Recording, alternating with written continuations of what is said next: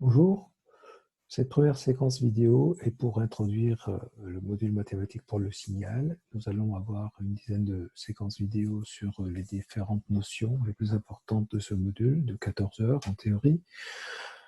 Je vais d'abord vous parler donc de l'intérêt de ce module et puis aussi faire un petit rappel sur les espaces vectoriels qui seront très utiles pour la suite de ce module.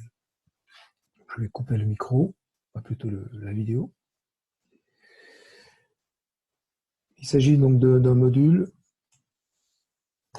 qui va formaliser un peu plus les notions que vous avez apprises lors des enseignements de troisième année, télécom, département télécom de l'INSA, sur les aspects signaux-système et traitement du signal. Donc, on va voir les outils de base dans un espace un peu confiné qu'on appelle l'espace de Hilbert. Et donc, vous allez voir l'intérêt de cet espace au fur et à mesure de ce module.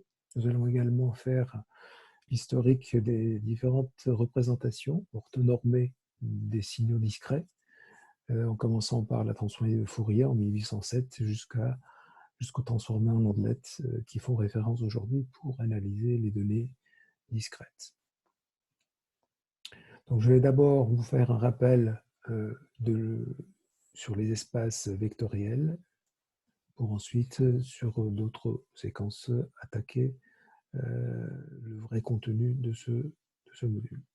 Je vais peut-être choisir un pointeur laser. Voilà. Donc, pour construire un espace vectoriel, il faut avoir déjà des objets. Donc, les objets sont ici appelés vecteurs, mais donc c'est un terme générique. Ces vecteurs peuvent être des vecteurs, mais également des signaux discrets, puisqu'un signal discret, ce n'est qu'un vecteur discret. Ensuite, vous pouvez avoir des matrices, vous pouvez avoir donc des objets visuels, vous pouvez avoir donc un certain nombre d'éléments de différentes natures dans un espace vectoriel. Il faut donc d'abord manipuler ces objets entre eux, donc faire une addition. Donc ici, vous avez une addition avec une loi interne qui permet d'avoir la somme qui reste également dans l'espace.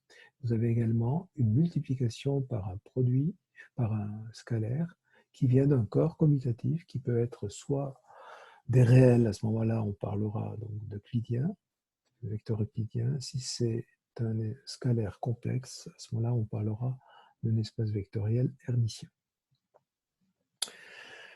Un espace vectoriel a besoin d'une base.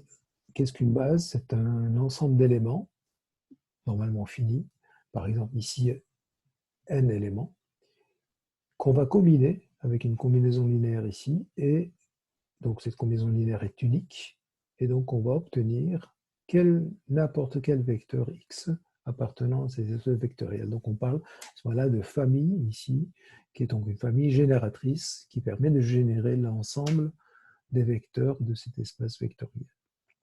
De plus, en principe, on prend des éléments ici qui sont 2 à 2 orthogonaux. À ce moment-là, on va parler d'une base orthonormale.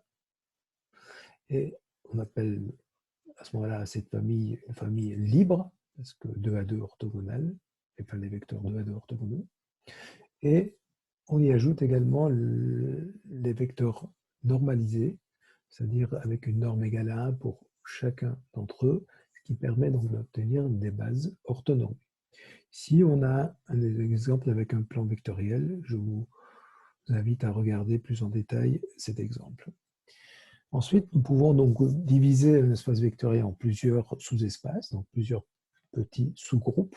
Par exemple, ici, un sous-espace qu'on appelle F, qui appartient, donc est inclus dans l'espace global E, avec une dimension de ce sous-espace plus petit ou égal à la dimension complète. Alors, qu'est-ce qu'une dimension? On n'en a pas parlé ici, bien sûr. Le nombre de vecteurs dans la base donne la dimension de l'espace vectoriel. Ici, la dimension est petit n. Pour donner un exemple ici d'un espace autre qu'un espace avec des vecteurs, voici donc ici des matrices carrées d'ordre 2. Et en combinant 4 éléments qu'on va appeler donc des vecteurs canoniques ou des matrices canoniques, on peut obtenir, en les combinant linéairement, n'importe quelle matrice de 2 pour construire, donc générer n'importe quelle matrice de l'espace vectoriel E. À l'intérieur de cet espace vectoriel, on peut prendre un sous-espace, par exemple les matrices diagonales, qu'on va pouvoir engendrer, on appelle générer ou engendrer, c'est la même chose, engendrer à partir de cet élément-là et de ce dernier élément. Donc avec 2 vecteurs sur les 4, nous sommes capables de générer l'ensemble des matrices diagonales, donc qui construisent un sous-espace vectoriel dans l'espace vectoriel complet des matrices de 2. D'autres exemples avec des fonctions continues qui construisent donc un espace vectoriel à l'intérieur duquel on peut prendre un sous-espace en prenant uniquement des fonctions continues qui sont des polynômes. Ici, des polynômes d'ordre n, donc on va jusqu'à xn. Et on commence avec une constante x0. Donc vous voyez qu'ici, le nombre de vecteurs est n plus 1. Donc la dimension ici de ce sous-espace de polynôme d'ordre n est de n plus 1. Et c'est un sous-espace vectoriel de l'espace des fonctions continues.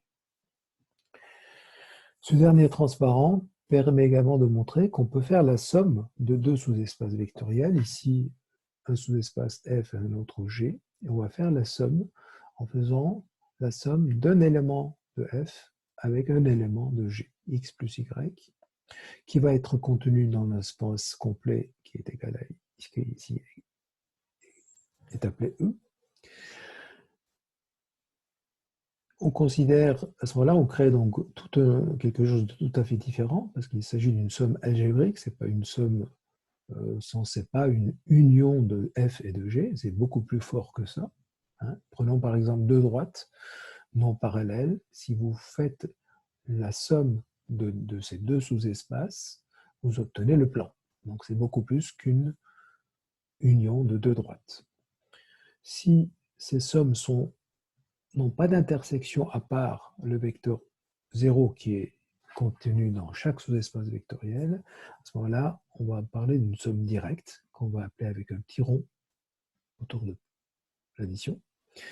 Et donc ces sous-espaces peuvent être complémentaires si la somme directe donne E, qui est l'espace complet.